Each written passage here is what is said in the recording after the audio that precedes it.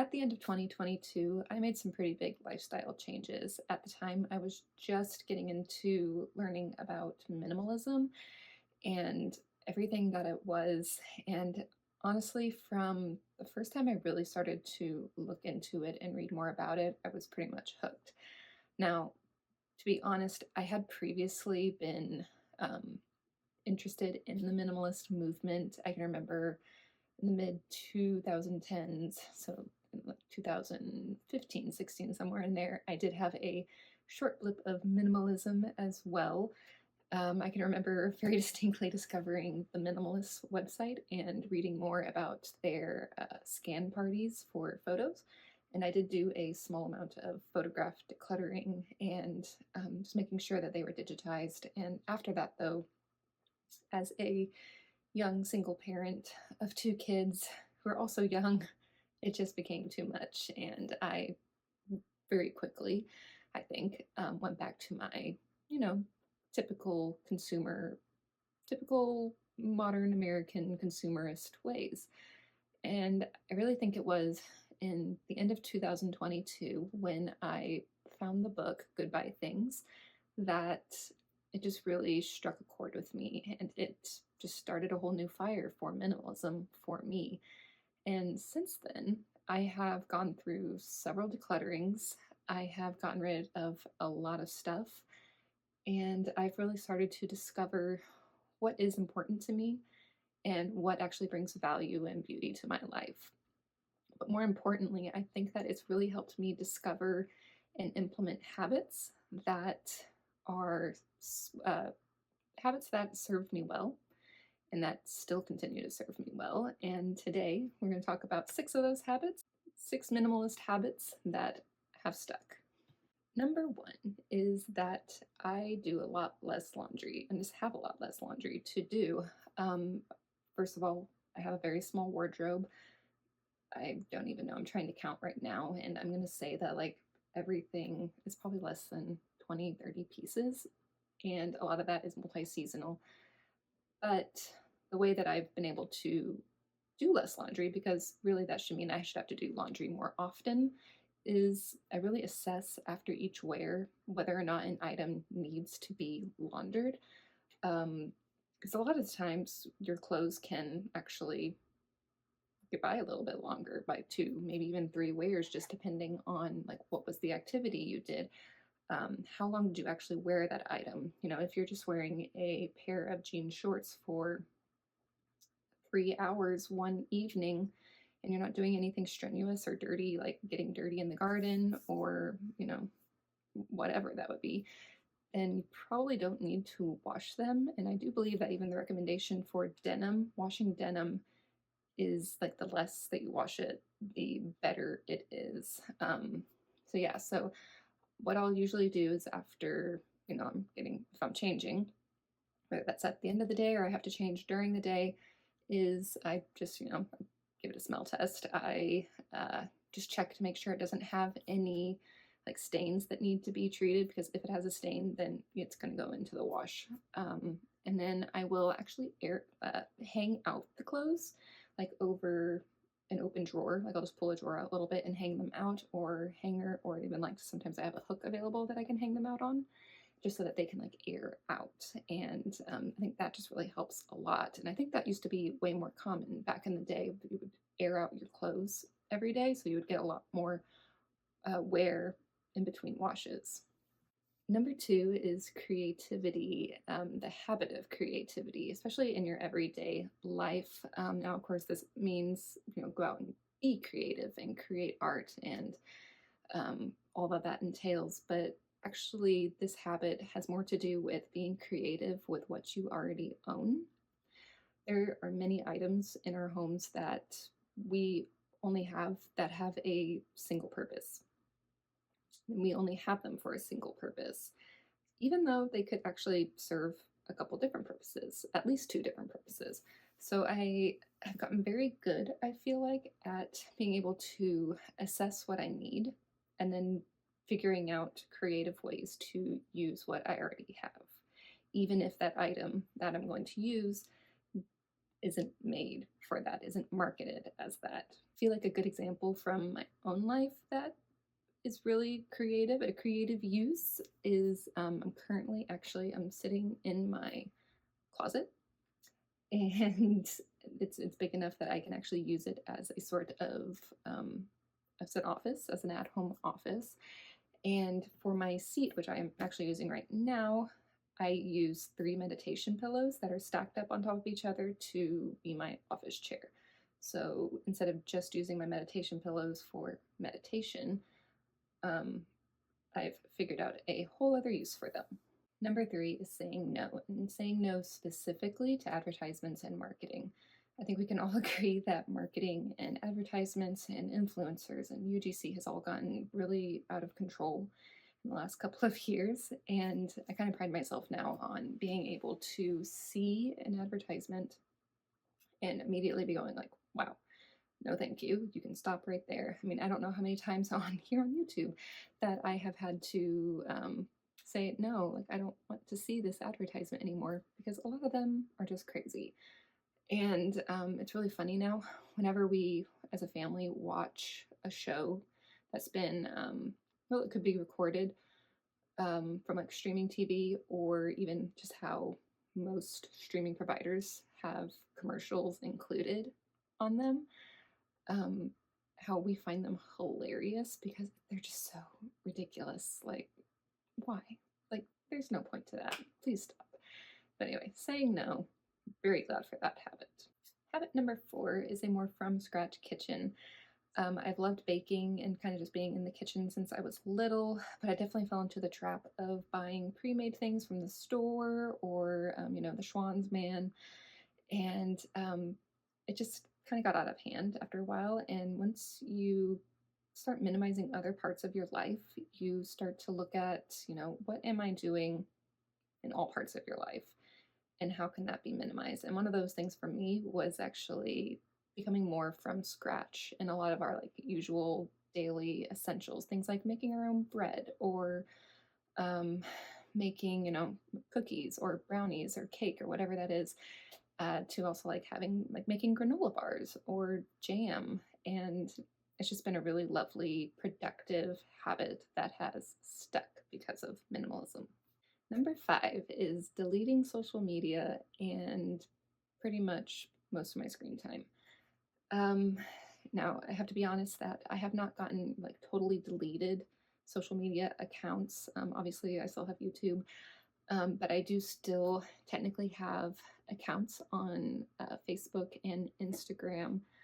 I just personally don't ever use them. And the reason for that is because as my kids become older and they are able to have an account on those platforms if they want to have one, then I definitely want to have access to the parent resources that are on there. Now that being said, I don't ever use them. See, I stopped using social media, which really at that point was only Instagram, in August of 2023. So almost a full year from today. And my anxiety levels, like this summer compared to last summer, are like night and day difference. There's just so much hate online and nastiness and inflammatory comments and just like gut wrenching news that, you know, I personally could not take it. And I am so glad now I don't have that sort of anxiety in my everyday, multiple times a day coming at me. I also have a clearer head. I feel like I'm able to more easily like think for myself. And it sounds really silly. Like, of course, you should be able to think for yourself. Like, what kind of person are you? But I'm not being influenced constantly by 500 other people online. I am very comfortable, as I've already said, with saying no. Like, I'm sorry, but I'm not going to go out and buy a Stanley Cup because it's the thing to have. Or, like, if you don't have this and you're at the hockey game, well, what kind of a person are you, anyways? Like, I don't care. Like, I'm totally fine with my stainless steel water bottle or my little reusable water cup that I have with me every single day and everywhere I go. Yeah, so clear ahead, I'm able to make much better decisions, much clearer and true to me decisions overall. And screen time, I've been very proud of myself. Recently, I really went on a big screen time reduction kick, and I've gotten my screen time down to, on my phone, about 30 minutes at the most on some days. And most of those days, it's like 10 minutes total. And along with that is patience. Um, I don't know about you, but whenever I would have a free moment, whether that was like waiting in line or waiting for my daughter to get done with dance class, waiting, just standing around, not even like really waiting on anything, just standing there. Even if I was with people, whatever, I would pull out my phone and start looking through things, like, checking the email, getting onto Instagram, making sure I haven't missed anything. Like, I don't I don't need to do that anymore. I'm fine with being bored. I also have more self-confidence because of getting rid of social media specifically, and even screen time. And screen time, that includes like watching lots and lots of videos or TV shows, movies, whatever that is. And yeah, it's like your self-confidence boost. I think it's something that you don't really notice as much as quickly, but it's definitely there. I'm also more patient without social media and constantly having a screen in my hand or available to me. I've recently started uh, cutting down on my screen time usage even more by carrying around a journal with me, and something that I would like to incorporate more. I'm not a big journaler. I don't like write down things about my day or what I'm feeling, but it's more about like my to-do lists, my ideas, my whatever that is, and my calendar. That's a big one. And I kind of have a thing where, like, if you're like me, you get a lot of ideas throughout the day, like, oh, what about that thing? Or, oh, I should look up that thing. Or, oh, I wonder if that's if that has a thing that already exists and that'd be great for such and such and such. That would take up a lot of my time on like just pulling out my phone really quickly and like and looking it up. And it wasn't necessary. It, I didn't need to know. I especially didn't need to know right then. So now I have I'm training myself because it's still a process. I'm still in the middle of it. That I can write it down in my notebook if it's something that I would like to investigate further at a specific time, like where I'm sitting down and I'm like on my computer, or if I don't have something to write it down on, like I don't have my notebook with me, then I'm just okay with like, well, if I remember later on, at least until I can get to my notebook, or remember later on while I'm sitting down and getting ready to be on my computer, then it was meant to be. I was supposed to look this up. And if I don't remember it, then oh well, it wasn't really that important anyways. Number 6, and I think that this is a biggie as a parent, is that I live more in the present moment. Going along with less screen time, not having my phone glued to my hand all the time. In general, I am just living more in the present moment, especially when it comes to documenting everyday moments. I used to document everything, and I have recently been going through past years my camera roll and just sort of determining, like, is this something that I actually want to keep, or is it not? I mean, and it's I'm amazed at the things that I chose to document with my phone. And I'm going forward, I have become much better at determining, like, is this something that I want to be able to look back on in 20 years? Because most of the things that happen, they just aren't that level of memory making moments. Um, and also going back through all those photos and videos, I've realized just how much of like my life has been spent living it through a camera screen rather than just enjoying it as it is. And I feel like it's true that like if you are actually enjoying the moment with your own eyes rather than like holding up a camera and like watching it on the screen rather than just like watching it, that it goes into your memory. Oh my gosh, there's a cat. Okay, I'm back. Cat is kept out by the door.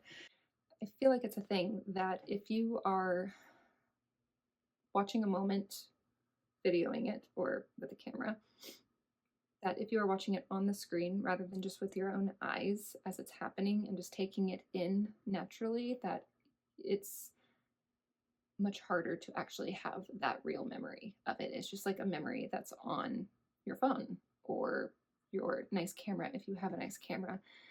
And I know from myself that if I have a camera type device in my hand, that I know that I'm going to very quickly become more worried about the technique of it and like, oh, how can I make this better? Is this the right f-stop? Is this the right ISO? Is this the right blah, blah, blah, blah, blah? Rather than just enjoying the moment. So I have challenged myself and it's gotten much better over the last year, definitely, that for the most part, I don't pull out my phone to record much of anything. Now, of course, I have taken photos and I have taken videos, but I was just looking at my camera roll before uh, setting up this video, and I was delightfully surprised that of the last 12 items, so photos and videos on my camera roll on my phone, that only 3 were photos or videos that I would keep for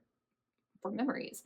The other 9 were all photos of locked gates because I it's the one way that I can like kind of give myself peace of mind after putting our horses to bed that like I locked that gate. That gate is locked. Like I can see the timestamp and the date on it, and that just that gives me a lot of peace of mind, which is great. So yes, if you have animals that need to be like contained in a with a gate, and you often struggle with like remembering like, oh shoot, did I lock that? Did I lock that?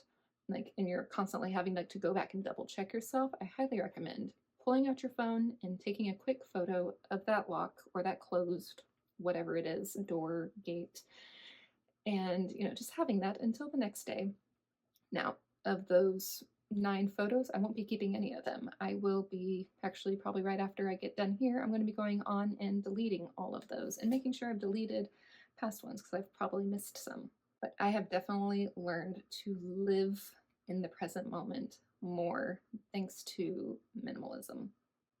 Okay, that is 6 habits that have stuck for me thanks to minimalism. If you have any habits or questions or comments, that you would like to add, please feel free to leave them in the comments section below, and I will see you next week.